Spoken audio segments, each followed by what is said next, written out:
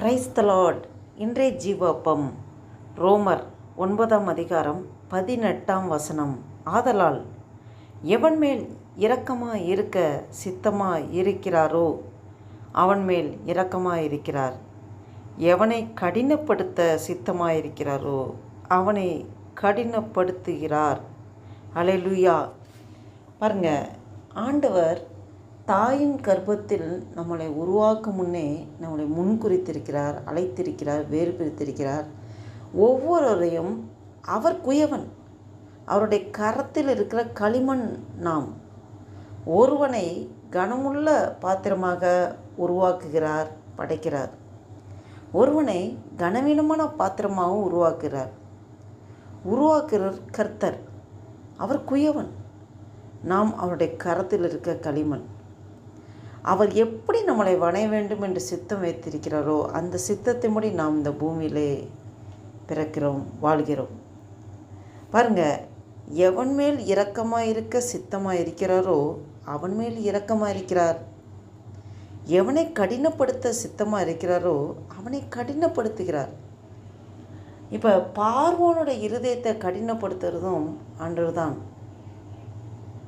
அந்த கடினமான இருதயத்தை லெவுகாக மாற்றுகிறதும் தேவன்தான்.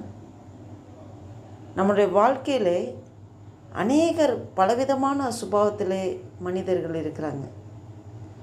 ஆண்டவர் ஒவ்வொருவரையும் இப்படியாக இந்தந்த சுபாவத்தின்படி அவர்கள் கடின இருதயத்தோடு. சில தீவிரவாதிகள் இருக்கிறாங்க. தீவிரவாதிகள் பிறக்கும்போதே அவங்க ஒரு ரொம்ப கடின இருதயத்தோடு மனிதர்களுக்கு விரோதமாக எழும்புகிற ஒரு மிருகத்தனமான ஒரு சுபாவத்தோடு அவர்களுடைய வாழ்க்கை இருக்கிறது. ஆண்டவர் சில பேரை அப்படியே தான் படைத்திருக்கிறார்.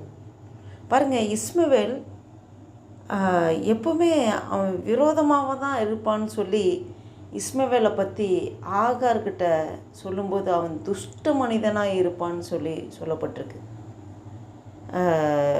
எதிராக தான் செயல்படுவான், துஷ்ட மனிதனாக இருப்பான் அப்படின்னு சொல்லி. அப்போ ஆண்டவர் முன்னாடியே முன்குறிக்கிறார்.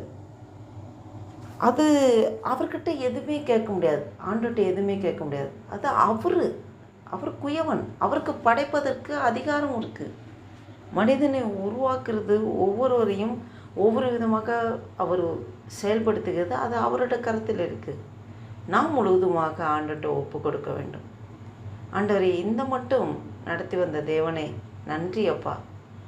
எங்களுக்கு ஜீவன் தந்து சுகம் தந்து இவ்வளோ தூரம் எங்களை நடத்தி வந்திருக்க தேவனை, எங்களை படைத்திரே, தாயின் கர்ப்பத்தில் உருவாகும்னே எங்களை முன்குறித்திருக்கிறதே, நன்றி தகப்பனே என்று சொல்லி முழுவதுமாக ஆண்டுட்டு நாம் ஒப்பு கொடுக்க வேண்டும்.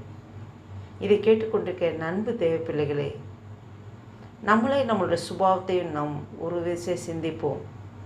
நாம் ஆண்டவரை அறியாத போது எப்படிப்பட்ட சுபாவமாக இருந்தோம். ஆனால் தேவனை நாம் அறிந்து கொண்டு இருதயத்தில் ஆண்டவருக்கு முழுமையாக நாம் இடம் கொடுத்து ஆண்டவருக்கு நாம் ஒப்பு கொடுப்போம் என்றால் நம்மளுடைய கடினமான இருதயத்தை கூட லெவுகாக மாற்ற தேவன் வல்லவராக இருக்கிறார். நாம் முழுவதுமாக ஆண்டவருடைய நம்மளை ஒப்பு கொடுப்போமா? அர்ப்பணிப்போம், ஜெபம் செய்வோம்.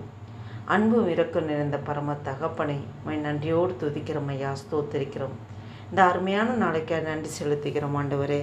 அப்பா, வாசித்த வேத வசனத்தின்படி ஆண்டவரே எங்களை ஆண்டவரே அப்பா எந்த சுபாவத்தினால் நீர் படைத்திர ஆண்டவரே அப்பா எங்களை முழுவதுமாக ஒப்பு கொடுக்கிறோம் ஆண்டவரே. இந்த இருதயத்தில் உமக்கு முழுமையான இடத்தை தருகிறோம் ஆண்டவரே.